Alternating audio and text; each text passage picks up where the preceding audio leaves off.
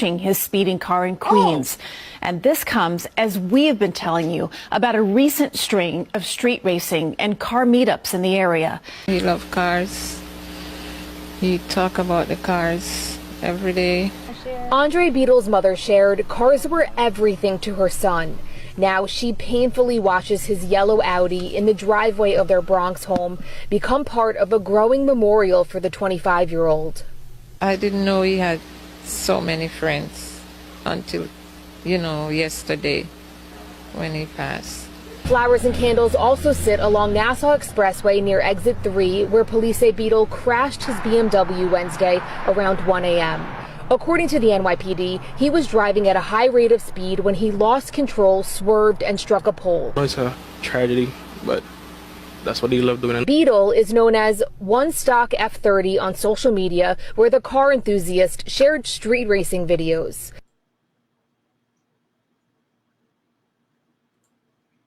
I'm telling you, yeah, he was a street racer. Okay, Ronnie. Dialogue, he was a street racer. Hey, let's get something straight. I watched the news clip. He did not have his seatbelt on.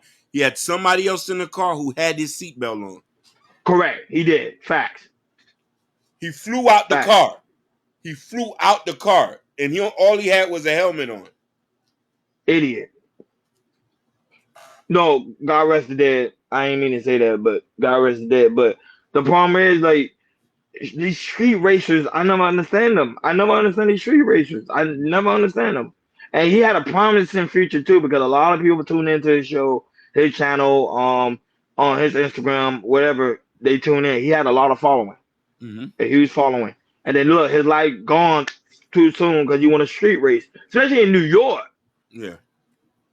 And I think New York Street is not that wide. It's very close, so if you go in, you crash. That's it. Go right ahead, King. Your commentary. Even the most experienced drivers lose control of a car at a high rate of speed. How many race car drivers die on the track? Yep. Like years. And they got protective equipment on. They got helmets on. They in that car they make sure everything's protection. So none of this protects. So sometimes you just can't play with your life, especially on a one-track road. All you do is you lose control. All it takes is like this, you know what I mean? Cherish your life, man. I pray for the young man. He's of Jamaican descent. You can hear by his mom. He must have been doing well. He should have went out for NASCAR. I agree with the same thing. Yeah. Facts. But 25 years old. Yeah. Not hearing a promising future. Not here anymore. Promising future because he was a YouTuber. Your commentary, Jordan. Your thoughts on it?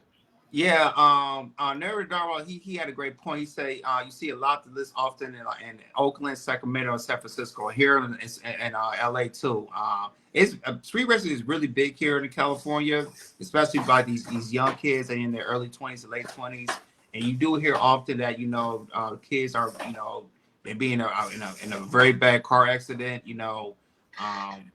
because of street racing and everything. And I believe there's one comedian that lived here. I think I forgot his name.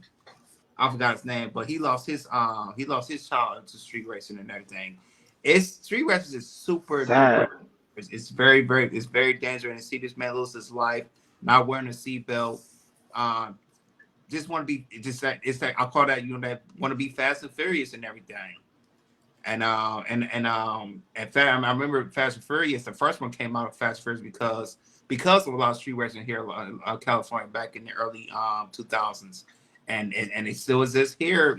Street racing here in Los Angeles and everything. So when it comes to street racing, if you're in your late teens, between ages of 17, 18, 19, all to your 20, 25 and everything, I get it. You want to get on the highway, you want to go over 100 miles an hour and everything, you want to put some pedal to the metal. But the thing is, that's why we have a speed limit for not just to protect others, but also to protect yourself. If you want to go speed something, go on the racetrack and do it.